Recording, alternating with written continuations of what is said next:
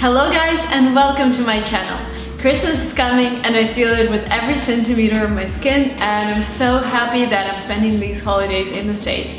And this video is going to be about wishes that I'm making for the upcoming 2017, and I wanted to share some ideas with you of what are the best things to wish for yourself in the new year.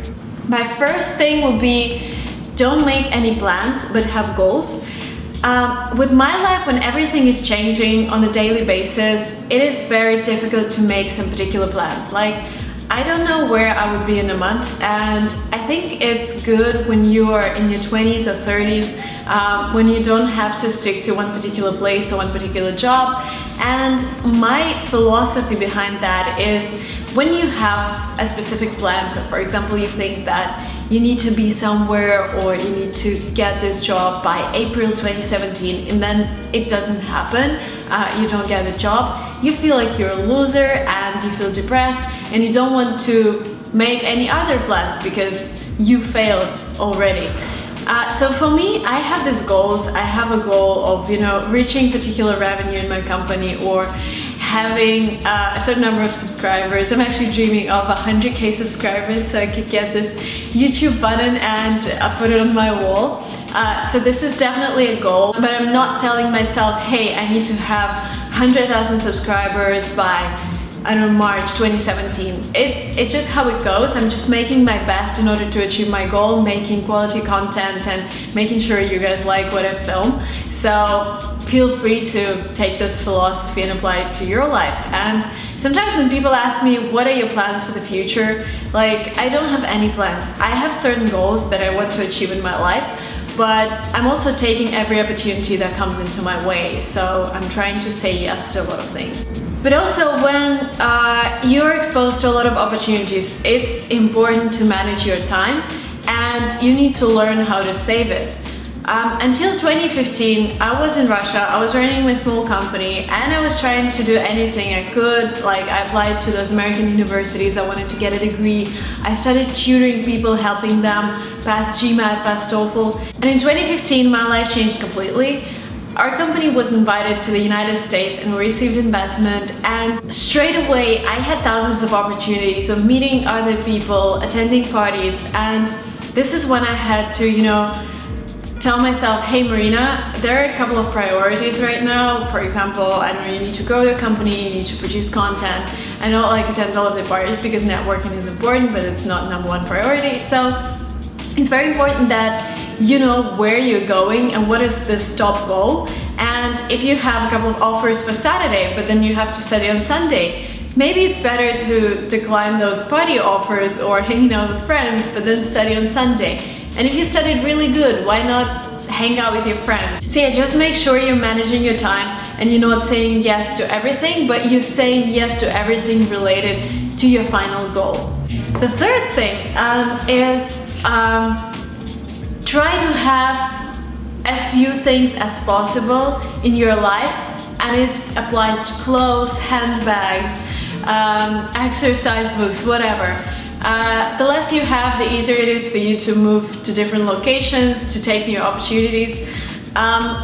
For me, I have this new principle when I try to buy more expensive things but then have them for longer. My best investment in terms of clothing so far has been my Louis Vuitton bag. I bought it back in 2013 and I was so excited because these were the first money I made with my company, and I wanted to invest them in something I really prayed for. So I bought this bag and I still have it, and I wear it like every week. And I think it's crucial that I only have like 2 or 3 handbags, because before that I would go shopping like every half a year and get a new bag, which would be fake leather, really bad quality.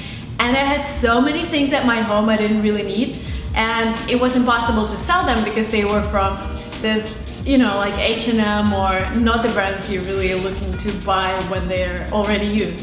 So my philosophy now is having less things that suit me, like this top. I just bought it and it's great quality. Actually, I bought it in an outlet, so I saved a lot. So, trying to have better things but less of them, and being able to move around with just one suitcase is a great idea.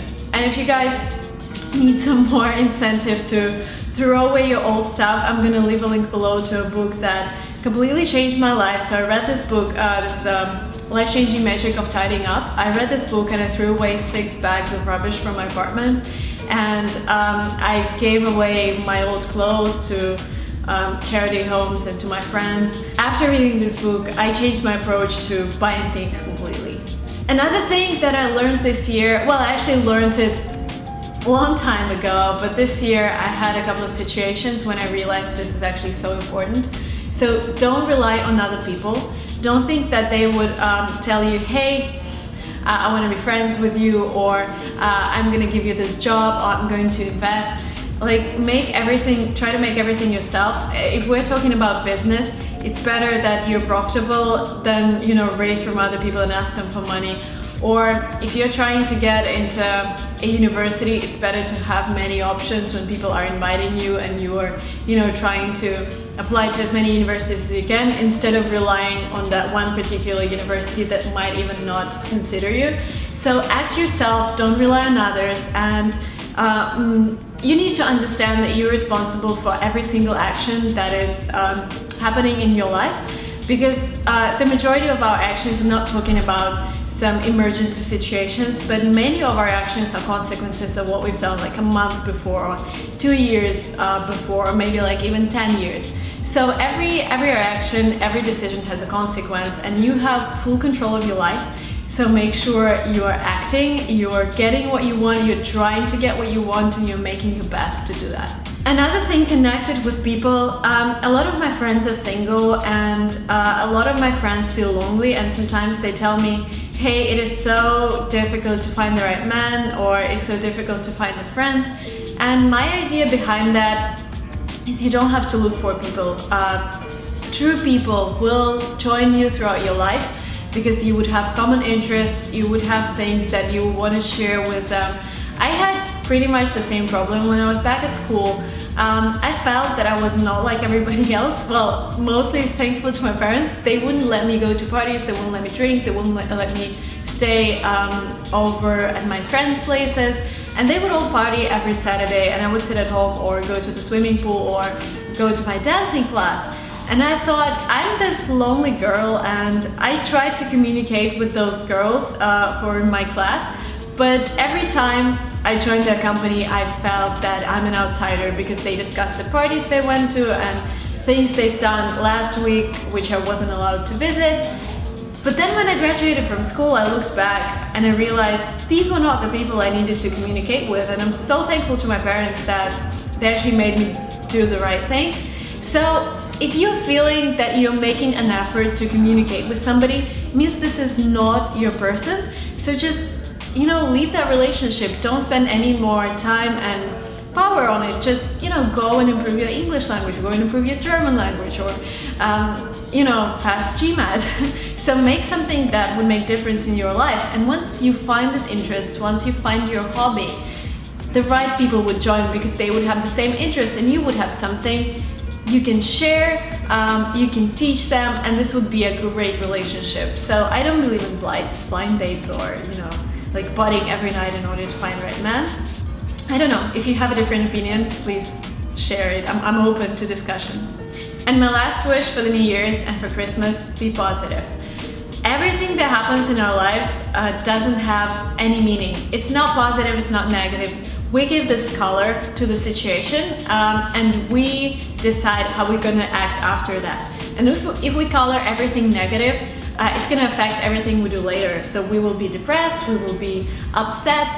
But when we're accepting everything that's happening, like, yes, this happened, I know what I did wrong, I know what I can do better, I'm just making my conclusions and improving and using it in order to become better. So use every challenge as an opportunity, and try to use every bad situation in your favor, and try to improve and grow. And yeah, I think that was it. I think these are the main goals, main wishes for 2017. I hope you guys enjoyed watching this video. If you have something to share about what you think would be important for you in 2017, please write it down, because when we're writing down our thoughts, they become even more real. So please feel free to share.